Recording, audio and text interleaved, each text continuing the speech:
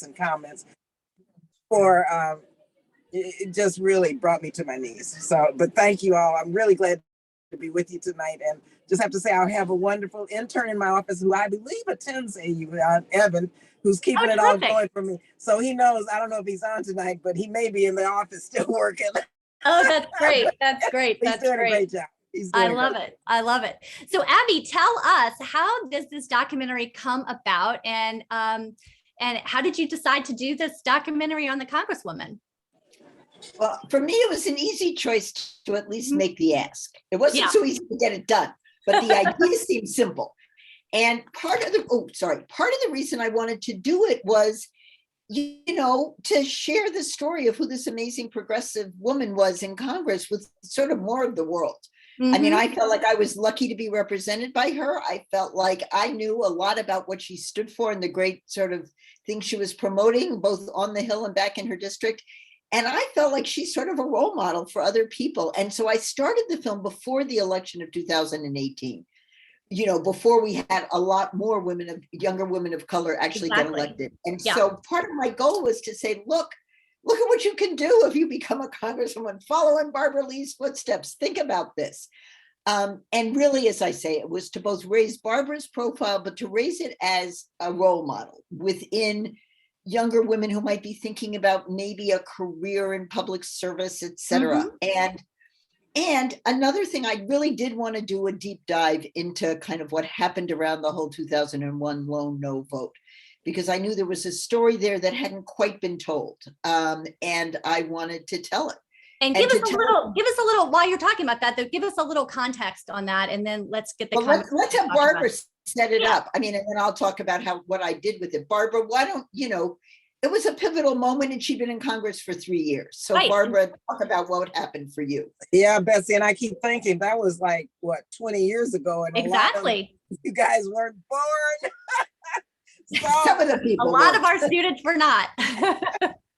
So George Bush was president. The horrific attacks of 9/11 were devastating, and the Congress naturally had to do something and wanted to do something, including myself. But I knew that any effort that would engage in war could set us on the stage for perpetual forever wars. So a resolution came before the Congress to authorize the use of force 3 days after 9/11. It was a 60-word resolution, and all it said was the president is authorized to use force wherever, whenever, and however in the world, period, ... Of course, they argued that it was strictly for Afghanistan, strictly for Al-Qaeda, the whole 9 yards, but it wasn't. It's been misused now over 40 some times.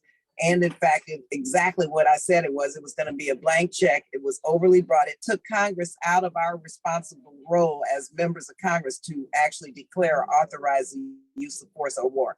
And so that's what happened. I was the only one who voted against it. So it was a really horrible time for me, because I received death threats, and it got really crazy because Democrats and Republicans felt that we had to be unified behind George Bush. It was a national security crisis, and the dissent was not allowed. And because I dissented, then they came after me big time. But here I am trying to repeal it, and we're making progress in getting that repealed.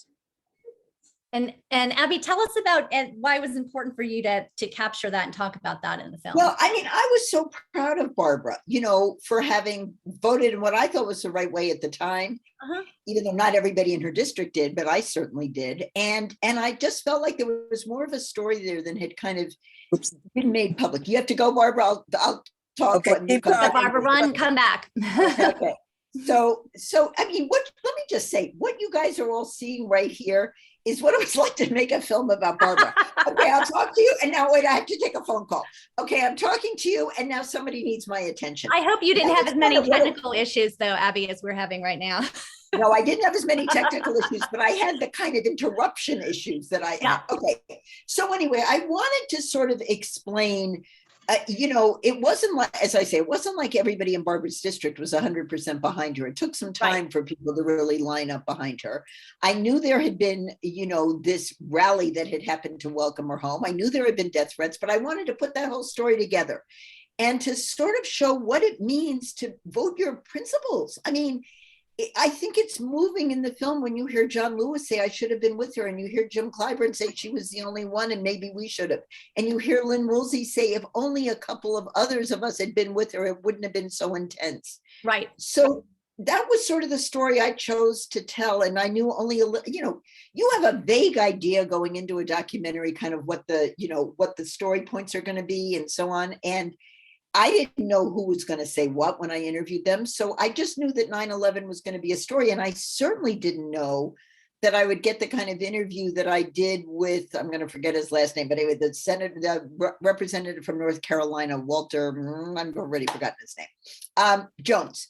That was an amazing interview with him talking about how much respect he had for Barbara, even though I felt like I was in the, NRA national headquarters being in his office. I was honored a bazillion times by the NRA, so they don't agree on everything.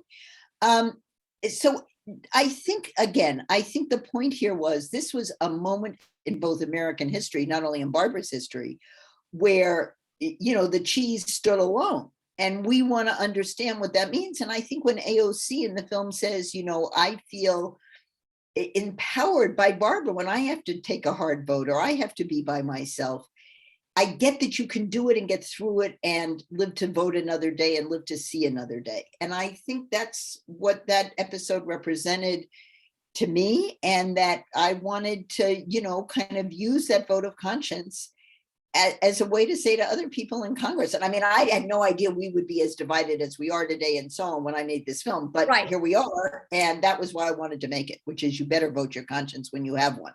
Well, I hope folks that are watching have had a chance to screen the documentary. And I know we, in the invitation to the event, if you registered, you have the credentials to watch it. And I think it's good for another 24 hours, but we do have a couple of clips.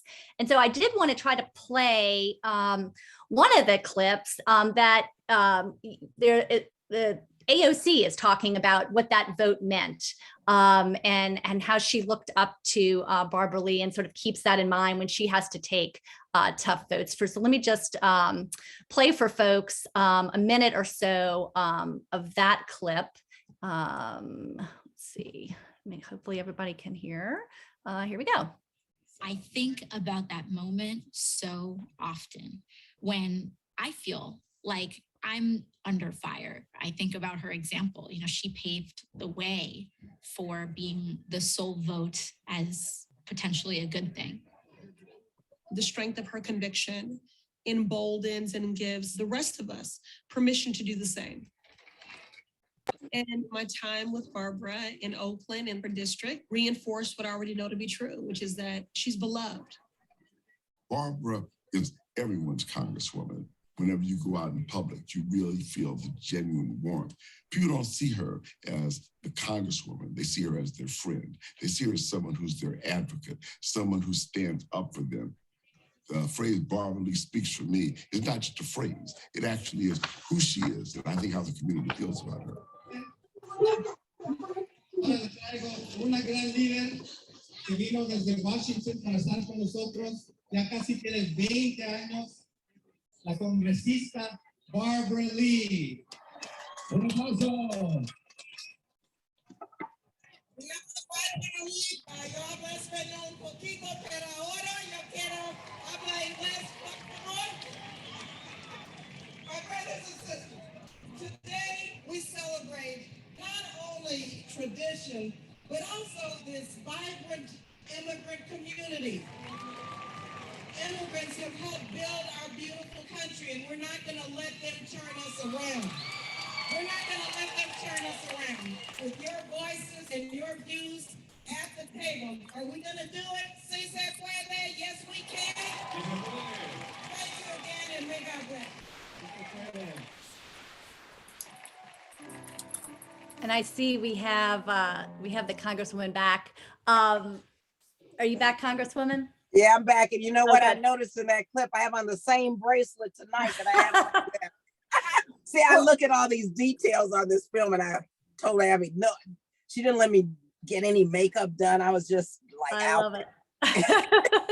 Well, after the scene Yeah, first a as I little said- bit about that event. The one we just saw, Yeah. God, it was great. My district, first of all, is a really phenomenal multiracial, multi-ethnic district.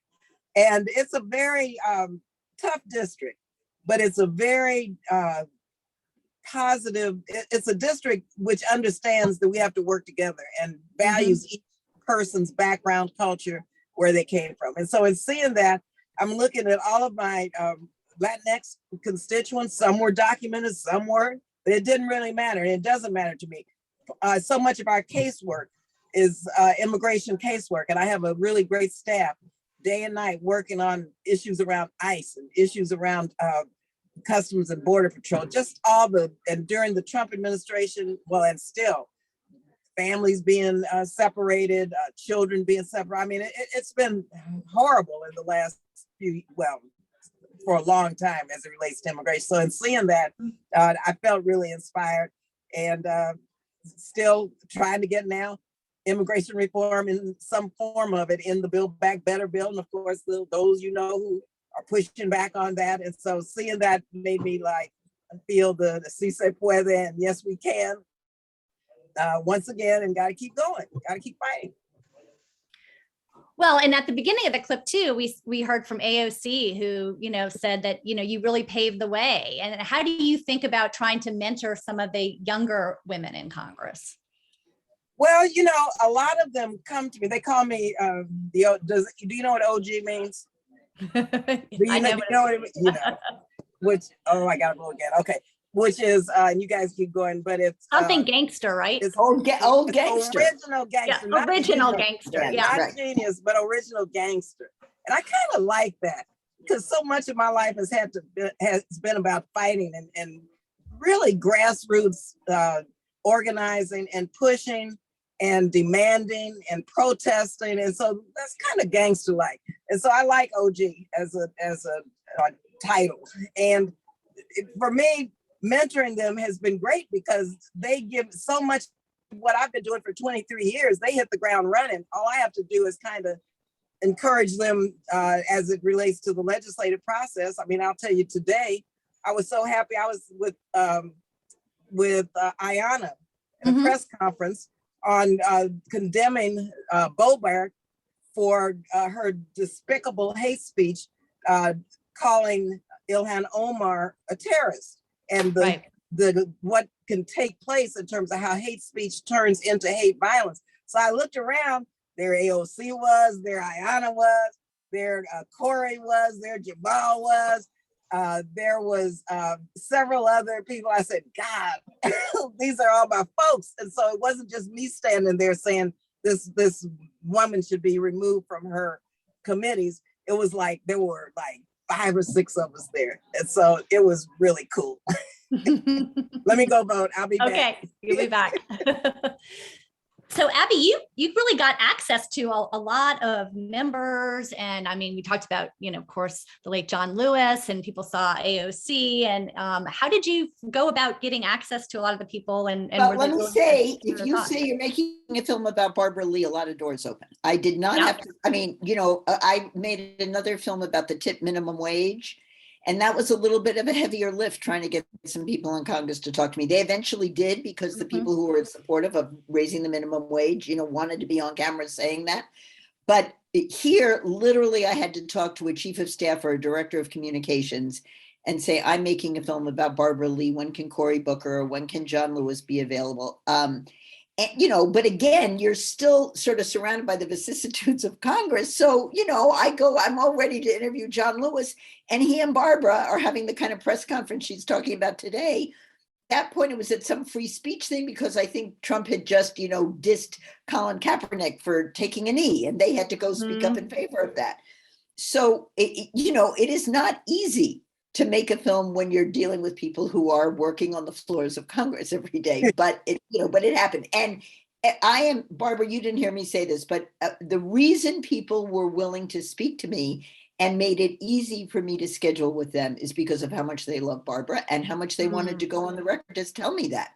But, but each of the interviews, went a certain distance into the issues and into things beyond We Love Barbara, and I think helped deepen the film. And hopefully, the other thing I actually really hope is that people meet some people in Congress they didn't otherwise know. Lisa Blunt Rochester, who was elected earlier than 2018, could one day, God willing, be the senator, a senator from Delaware. Well, I want people to know who she is. Gregory Meeks, Barbara, what's Gregory Meeks now the head of? He's head of an important subcommittee. He chairs the Foreign Affairs Committee of the whole Congress. Okay. He's chair. That wasn't true when I interviewed him, but that's true today. And he's been in Congress right along with Barbara the whole way. And Jim Clyburn, everybody knows, is now important, I mean, and just really turned the tide for Joe Biden. So it's like, if you don't know who these people are, and many people in the country don't really know who these people are, it was an introduction to more than just Barbara, I thought. And I thought it was important. Can I just say something about Gregory Meeks? This is just a historical moment that I want to note. You have an African-American man chairing the Foreign Affairs Committee.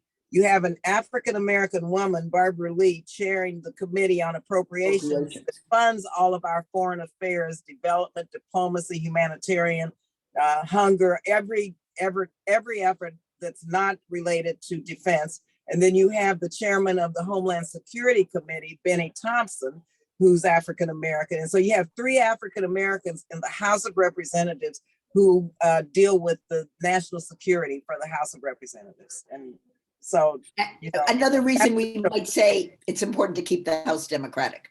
Yes. Just saying. That's right. Just saying. Yeah. Well, Congresswoman, while we have you, Abby gets into, some of the earlier years and how the struggles that you had growing up in segregated Texas.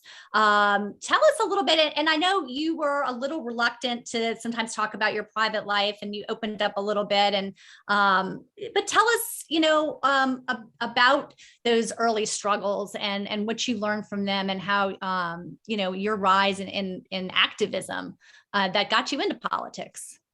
Yeah, I'm really paranoid. I say paranoid, yes, talking about my private life, but also, when you're elected, everything is public. And so that little zone of privacy is really important to me. So I resist talking about much of my private life and personal life. And so Abby, kept telling me, well, you wrote your memoir. So whatever I revealed there, which I did in 2008, some of what Abby picked up in the film, that was kind of like the ground rules. And it's still uncomfortable for me, but what I've learned is sharing some personal stories. God, there's so many women who have the same situation, especially so many African-American women and women of color. I grew up in El Paso, Texas. Only 2% of the population there was Black. And when I started school, schools were segregated. And my parents said, no more segregation. So even though the Black school was the best school in town, they sent us to Catholic school. So my sister and I were the only Black kids in a white Catholic school for 8 years. Now, that was traumatic, even though they tried to treat me nice. I mean, I got a really good education. I mean, I don't know if anybody knows how to diagram sentences. I took logic every single day from the Monsignor Buchanan. I mean, it was like, God, lots of homework. I had to study piano. I won, when I graduated from high school, all kinds of music scholarships and awards. No one even believes I can play the piano, which I can. I used to be a really good pianist. So there are a lot of things that happened in Catholic school. The nuns, who I hated, but they were really great. And now as I look back, they were Sisters of Loretta, whose mission is peace and justice. So their values somehow demonstrated to me that I better at least halfway listen to them and try to learn from them. And so, but it was every time there was a mention in a history book about slavery, which there were very few, it was a negative deal in terms of the behavior of slaves. And they would look, every white kid in my class would look at me like, ooh, I mean, it was horrible. So those were terrible experiences. But my parents, my dad was in the military. My grandfather was a very active member of the AME church. We all lived in an extended family, and I had the best family structure. My mother worked 2 jobs while my dad was away in the Army. And so we had a very, in many respects, privileged childhood as Black kids growing up in a segregated city, where my dad couldn't even take us to the theater downtown. And Abby will tell you about the Plaza Theater, because I was Black. We were Black. We couldn't eat at restaurants except on the base because we were Black. So fast forward to California, I wanted to be we moved when I was 13 to California. So I thought, well, segregation over, good, I can be a cheerleader now. So I tried to be a cheerleader at the high school. And of course, they had a little committee, San Fernando High. There was a selection committee for cheerleaders, but you had to be blonde and blue-eyed. I didn't look like that. So I was like, come on, here we go again. So I went to the NAACP, told them my issues, and they helped me. They helped me organize, and they helped me insist. And there was a little riot at the school that the school changed their rules of selection to allowing girls to try out in front of the student body. So we won that battle. So I tried out. I still remember my cheers. I tried out. I didn't get her to redo them. Let's hear it, Barbara. Let's watch them. Yeah, so guess what? I won.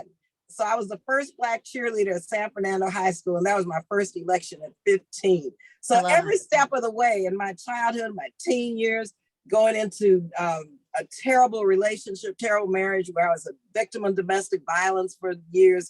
I'm not a children's father, but this was my second marriage. It was horrible. So all these experiences forced me to come to grips with the fact that I was going to do something about it, about everything in this country that had really traumatized myself and my family and my community. And I was going to not wallow in, because my mother said, can't is not in the dictionary. You better get up and do something. So I've been trying to do something for justice ever since. I got to run, Boat. I'll be back. Okay. So Abby, tell us about, capturing that in the film and how she didn't really want to talk about a lot. No, but I just want to say right now, this film's been out a year or longer. And I just realized I never told her to do her little cheer audition. I got to get that at some point. Really? So, I mean, look, what was complicated was getting onto Barbara's schedule so I knew I wanted to go to El Paso. How I got to El Paso was she was on some book tour thing that got her there. And so at some point, somebody in the office called me and said, you want to go to El Paso? She'll be there. I don't even know if she knew I was coming. Yeah. I mean, I can't even remember. So half the time I would show up and start following her, and she'd be, relatively accommodating. And then, that'd be the end of El Paso. We were done. That was great. Thank you very much. And I'd get another call saying, not sure if you're interested, but she'll be in Milwaukee in 2 weeks. It's an anti-poverty investigation of, programs that are working. I mean, it's like if the office hadn't called me, I would never have gotten half of the footage. Abby, real quick, I have somebody who wants to say hi. You guys, hold on 1 second. Okay.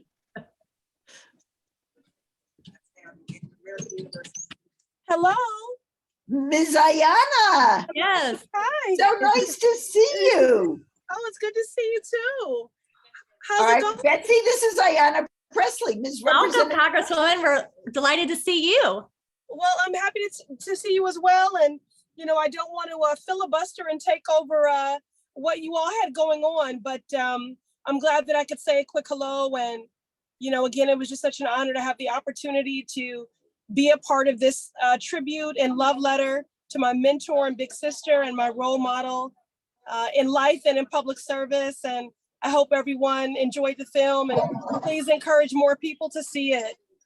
She has long been a truth teller and taken the path that was not politically expedient, and we are all better for it.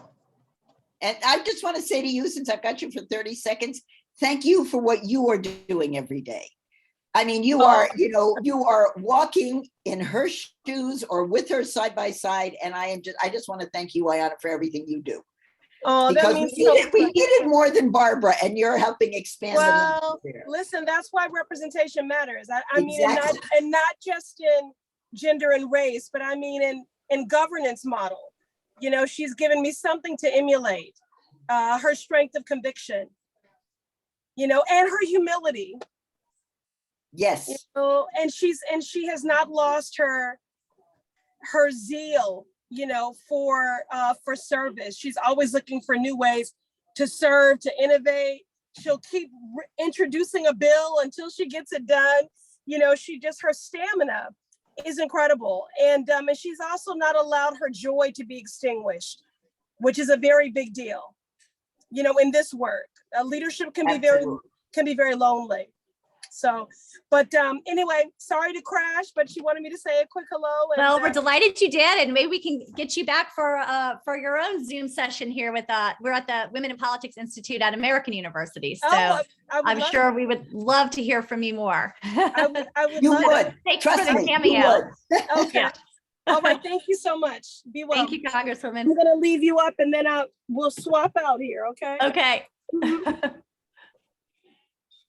All right. Oh, that was nice. Thanks. Congresswoman coming back. Yeah. Thanks, Barbara. That was great. Thank That was great. Okay. Whew. Well, that's what you get when we're in the cloakroom voting, busy trying to multitask. So crazy. Oh, God. Well, Congresswoman, I mean, talk to us about your mentor. And there's some time in the film devoted to Shirley Chisholm. Talk to us about your relationship with her and how she was important in your life. First of all, I just happen to have on a ring she gave me right now. Oh, wow. Go a little closer to the camera. I can't see it. I see it. Yeah. Oh, Oh, very yeah, it's cool. beautiful. Queen Elizabeth gave it to her. I don't wear, yeah, in the late 60s, early 70s. So anyway, Shirley Chisholm was the first Black woman elected to Congress, in case you don't know, which I assume everybody knows, but believe you me, history is so distorted or not told until I always have to assume it's not being taught. So Congresswoman Chisholm was also the first woman, first African-American to run for the presidency in 72. I was then at Mills College, president of Women's College in Oakland, president of Black Student Union. I had a government class in government, and part of the course requirement was to do field work in a presidential campaign. Then it was McGovern, Muskie, Humphrey, all these white guys. And I told my professor, forget it, flunk me, because these guys weren't speaking to the issues that myself as a single mother, by then I was on welfare, needing childcare, right? All these years later, still childcare is not affordable, needed help by my government to help me just get through school. But I understood the systemic nature of racism and sexism and inequality. And so I was working as a community worker with the Black Panther Party. So I got it. I just chose not to be a Democrat or a Republican. I chose not to register to vote. I chose not to participate in the political process because I didn't think it made a difference. So I told my professor to flunk me. Okay, so at the same time, I invited Congresswoman Chisholm to speak to the Black Student Union. She said she gave the speech, and let me tell you, she talked about immigrant rights. She was from Brooklyn. She was actually from the Caribbean. Her parents, she may have been born in Barbados, so she was an immigrant. She spoke fluent Spanish. Mm-hmm. She was against the Vietnam War.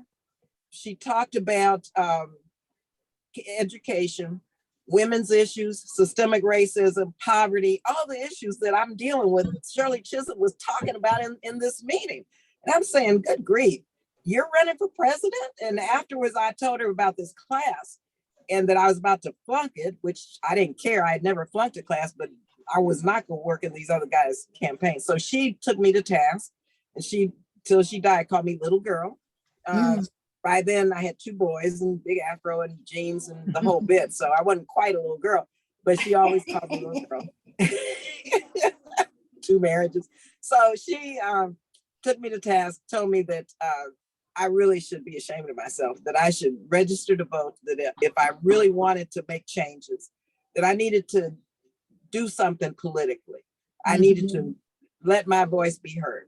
She was really ashamed that I wouldn't do that, because she saw something in me that I didn't see. So I told her, okay, I really like you. I like what you stand for, and I'll try to pass this class. I said, so who do I talk to so I get involved in the campaign? And she said, little girl, you got to figure that out. I don't have a lot of money. Grassroots organizations and people who believe in me are doing the campaign. So, but I'd love to have you help me. So I went back to my class, talked to Dr. Fran Mullins, again at Mills College, asked her, and she said, well, that's what the class is about. You got to figure this out. So I said, oh boy, this is not going to be fun. So I ended up contacting a couple of my friends, Sandy Gaines, student body president, Wilson Miles Jr. at another campus, and Sandre Swanson, who was student body president at Laney College. For those of you from the Bay Area in Northern California, you know the schools there. So you know Laney and Merritt. So I contacted them, and we ended up organizing the Shirley Chisholm Northern California primary out of my class at Mills College. I got an A in the class, which of course I was about to flunk first. And I went on to Miami as a Shirley Chisholm delegate. And so the rest is history. Shirley Chisholm then really became a good friend and mentor. And I ended up working for a great human being, great warrior, Ron Dellums, who passed away a few years ago, who was actually my boss for 11 years and whose seat I ran for when he decided to retire. So I worked for him in Washington, D.C., not Shirley Chisholm, but I was close to Shirley, and she taught me a lot, the ropes. And I saw, but let me tell you, I saw how these boys, for the most part, treated her, and it was awful. She was the first Black woman. I can't imagine. I mean, there are about 24 of us now, and you don't know how they treat us still. I mean, it's like really bad. I just had a tough conversation with a colleague just now on the floor about some crap. Okay. So it's still bad, but I had to put him in his place. But she was one out of 435 who had to deal with all this stuff. But right. She kept going. She held her head high. She wouldn't blink, and she just kept forging ahead. So for those of you who don't know who Shirley Chisholm is, pull her up, read about her, learn about her. But believe you me, she was unbought and unbossed. She was a catalyst for change. And she paved the way for not only Barbara Lee to be a state house. I was in the state assembly, state senate. She came out with me every step of the way, and Congress, and campaigned for me. But for so many Black women and women of color to feel confident enough that they could run for public office and win and still have to deal, because she told me, she said, yeah, once you get on the inside, don't go along to get along. She said, you've got to get in there and shake things up and change those systems. She said, because these laws and rules weren't made for you or me. And so that's what I've been trying to do. And I miss her tremendously. Next year will be the 50th year of her presidential run. So oh, wow. I'm planning some stuff. Kamala Harris would not be vice president had it not been for Shirley Chisholm. Well, yeah. Oh, I've got to run vote again. I'll be back. Okay. I want to let everybody know too that we'll take some of your questions. So if you do have a question for Abby or the Congresswoman, if you want to use the raise your hand feature on Zoom, I can call on you if you want to ask the question live, or if you're more comfortable typing in your question in the chat, you can do that as well. So Abby, tell us, as a filmmaker, I'm sure you did a lot of interviews, you saw a lot of things, and probably 95% of it ends up having to be on the cutting room floor, which is painful, right? 95%, but I think, there's, for every minute that's in the film, there's hours of footage that went into that. I mean, we spent over a day shooting in El Paso, Texas. That's just an example. I mean, you don't even see her elementary school. You don't even see the book thing that we went to. You see, you don't see the cemetery where her grandfather is still in a segregated grave site. I mean, there's a lot that we can't show just because of time, and you have to sort of stick with, what's your main story and how are you trying to tell it? Right. In Milwaukee, there were a million things we filmed that didn't make it in. But by and large, I felt like, the story I got to share with everybody is the story I wanted to tell. So in that sense, it was when I was on a little bit of a tangent, that extra stuff. But I mean, again, you see Barbara at a constituent tea, when she's talking about cannabis. Well, that went on for probably 2 hours, and you see 2.5 minutes of it. So that's kind of how filmmaking is. You hope you're at the right place at the right time when an important moment happens. And then you have something like the 9/11 thing where you're really crafting an entire story out of little bits and pieces of everything that everybody's telling you and a little bit of news footage. So I can't even think right now of what ended up on the cutting room floor, but plenty did. Plenty. Yeah, that's always the most painful. Yeah, part, right? deciding what to put in, what to have to, you have to leave out, But, right? but again, okay, so I had there was a scene of Barbara in in a staff meeting in her office. Mhm. And for whatever reason, it was really going to be a choice between that and the Reverend Barber hearing on poverty in Mhm. America. And I just was like, no, we have to go with Reverend Barber.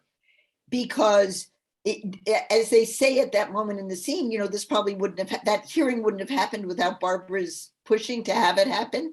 Right. And I want Reverend Barber's, you know, push around anti-poverty and how do we raise people up and so on to connect to Barbara's story. So we make that happen and you forget about the staff situation. You know what I mean? It's just Yeah, like that at every turn. Yeah. Well, and you mentioned the film has been out for about a year, right? Already. How has it been received?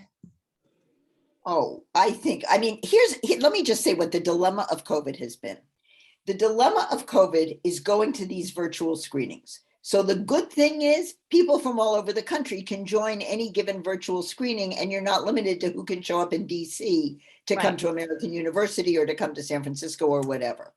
On the other hand, Barbara and I have been a little deprived of our audience and I miss the live audiences. We did our first screening was at a drive-in. Okay, well, that was kind of live, except everybody was in their cars, but it was as right. Let me say it was in July of 2020. So everybody had been locked up since March. They were happy to be in their cars. Then we did a sneak preview in Oakland in August of 2021. And we did another screening at the Martha's Vineyard African American Film Festival. And basically, and Barbara did a few other, you know, attended a screening in LA and another in San Francisco. Mm-hmm. Well, normally there would be 40 of those screenings. So it's been, I mean, I would say people have responded really well, but if you're used to hearing people clap, good luck on Zoom. That doesn't happen. So I don't know.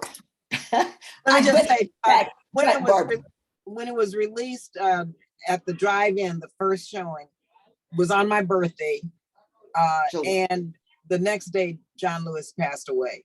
And he was so prominent in the film. And for me personally, to have seen him the night before he died on the film was just quite remarkable. Wow. I always remember that. And then the other thing, Abby, tell them about Poland, because I have a little story about Poland. Okay, so the film, I mean, I didn't even know there was such a thing called the, you know, American Film Festival in Poland, but somebody said that they want you to apply, and I did, and we got in, and we won for the best documentary. But I got to tell my funny story first. So they want you to send in, all these festivals want you know, if you win something, you got to send in a little video thing thanking them. Right. So I thank them, and then say, and something about Warsaw. Well, it turns out the damn film festival was in another city called like Vroclawa, Vorklova. I don't know how you say it. But whatever it was, I'm talking about how sorry I am that I can't get to Warsaw and how I hope to see them all in Warsaw the next time. And I've got the wrong city. So they send it back and they say, you have to redo it. Well, since I could not pronounce, I tried like hell, but I couldn't do it. I could not pronounce the name of the other city. So I kept saying I had to replace Poland for Warsaw. Just say, happy to be in your city. Just to say, you know, it's like all those consonants put together. It looked like Warsaw, kind of. So I thought it was Warsaw. Anyway, we won. That was a very sweet thing that we won the best American film at the American Film Festival in Warsaw. That's great. Okay, Barbara. Okay. So let me tell you my story. I mentioned I'm on the appropriations committee, right? So I do a lot of foreign work, national security work, all over the world. So I went on an official congressional delegation as an appropriator with white members of Congress who do the same, a lot of the work that I do from different committees. When I was in Poland, they treated me like, you know what, like the Black woman in America gets treated. It was horrible. They would not acknowledge me and who I was. They would barely let me sit down at the table. I had to push my way in. The racism there toward me in those 3 short days was just horrendous. And members on our delegation noticed it and actually a couple of times had to speak up. Well, she's a member of Congress. She's with us. It was awful. And so for Abby to have this film shown there and to win an award, it's like, okay. You know, there is a God. Trying to make things right. Yeah. But I am telling you, yeah, so I guess that again gave me a little bit of hope in the human spirit, and that maybe one day, you know, people will understand that Black Mhm. people and women of color are equal to them, Mhm. who they still believe we should be subservient, and the misogyny and the racism and the Islamophobia and all the stuff that women have to deal with, especially here on Capitol Hill, is a reflection of what is happening around the world. And this Mhm. film showing in Poland just resurrected all that I had from the memories of that visit just a few years ago. It was Mhm. awful. Ugh. Well, Well, I didn't know about it, so I'm happy that the scales got a little bit readjusted. Yeah. I didn't tell her about it. I didn't know. Well, you didn't tell me the film was going to be in. Well, Well, I yeah, at least practically you won. didn't know. I got to run vote. I'll be back in a minute. Okay. Grace, did you have a question that you wanted to ask? If you can unmute yourself and ask if you would like. I have a specific question for the Congresswoman, so I'll wait until she gets back if that's all right. Okay, yeah, sure, of course. Does anybody else have a question for Abby while we wait for the Congresswoman? I'm sure she'll be back. She'll be back in a minute. I'm just looking at the chat to see if anyone else has anything right now. No, if anyone does, feel free to raise your hand. Let me ask you though, Abby, what's your next project? What are you working on? It's been a year since this film came out. Are you working on something new? I'm working on something that it's just really in the incipient stages, but I'll be very interested to sort of see where it goes, because Barbara's back. Okay, let me just quickly say, my next issue sort of, stuff comes up organically. So the next thing that drove me crazy was the fact that the jury pools in Oakland are so not diverse. I mean, Oakland's losing some of its diversity due to gentrification. You even see a little bit of that in the film. Right. But I've just been going ballistic that there are not more people of color represented first in the jury pool and then on juries. And as a former lawyer, that drives me nuts.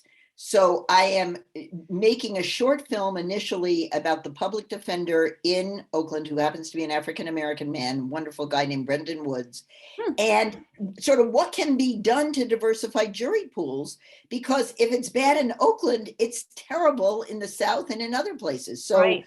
I'm using Oakland as a microcosm for where did all the people of color go from the jury pool? But given that we only pay $15 a day, there's a reason people can't afford to be on jury. Exactly. So we have work to do at a policy level. And guess what? That was an issue the Black Panther Party was dealing with in the early 70s. Back in the day, exactly. Yeah, you'd think it would have gotten better. Congresswoman, we do have a question for you from Sarah. Sarah, you there? And Grace also. Or Grace. Grace, go ahead. Hi, Congresswoman, and hi, Abby. Thank you for being here. My name is Grace Evans. I'm interning at the Wilson Center right now with one of their wonderful scholars, Dr. Niambi Carter of Howard University. And Dr. Carter's working on a project related to US Haitian refugee policy. And I'm wondering what motivated you to continue to show up for Haitian refugees by sponsoring and co-sponsoring as much legislation as you did, compassionate legislation and whatnot. Oh, boy. Great question, Grace. You dug deep. Listen, I started working on Haiti issues in the 70s as a staffer. I actually started the US Haiti Friendship Society as a staffer on Capitol Hill. But I've been working on issues around Haiti and Haitian refugees since the 70s. And now I use whatever I can use here at this platform of Congress to try to help the people of Haiti and to try to help repair the damage of the past that the United States in many ways has been responsible for. I mean, and so now here we are still dealing with the terrible, terrible impacts of colonialization. Well, not colonialization, but actually the anger and the policies that were developed out of the revolution, and how Haiti has always stood with the United States, and yet we've totally abandoned them. And so I just feel that it is so important after the earthquake, after all the disasters, as an appropriator, I've been able to lead to get just the funding to help stabilize and help recover and the humanitarian assistance. But we have to have, and I'm working now on a way to, once the country is stabilized, a quote Marshall Plan for Haiti, where it's Haitian led, because we have to have jobs, job creation, infrastructure. You know, the security is a mess. And so Haiti is, some consider it a failed state. I don't yet, but I have hope. But I think that we have to make sure that we're on the right side of history with Haiti and not allow the other side to prevail. And you know who and what groups I'm talking about. And it's very dicey. And I'll never forget, I was very close with Reverend Father Aristide. Then he became President Aristide. And it was awful what happened. And I believe, and I still believe, because I was in the middle of this, that the U.S. Enacted and was responsible for the coup that took place that took him out of Haiti. And it was George Bush and Colin Powell who led that effort. And I think that was the beginning of the turnaround of Haiti, because he was definitely, I believe, working for the Haitian people and trying to bring Haiti together.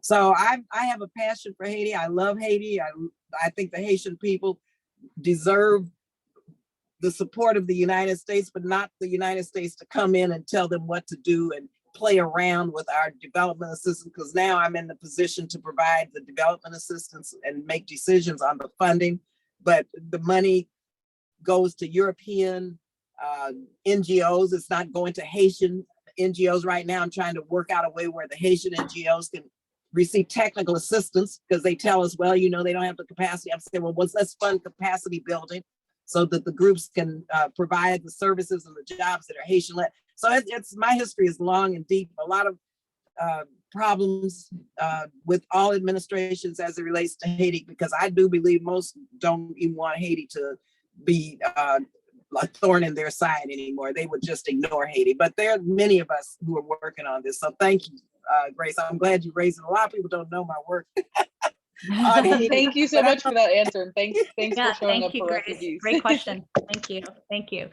I don't think we have any other questions, but I guess Congressman, before you, I guess, have to leave and we have to leave, do you have any sort of final thoughts for our young students that may be watching tonight, who are interested in being more involved and engaged in politics? I know at AU, so many of our students are engaged and do lots of different internships and study politics, but any parting wisdom from you as we close out our hour together? Well, just like Evan in my office, your student, hey, you are great. So send them my way. Yeah. Anyway, looking for an internship, but also Capitol Hill, really with the Black Caucus, the Asian Pacific American Caucus, the Tri Caucus. We have some wonderful members who whose students would really gain a lot from, and who would be contributors, because Evan and my interns are like staffers. You would never know that they're not. They write, they do research, they help me with legislation, they do it all.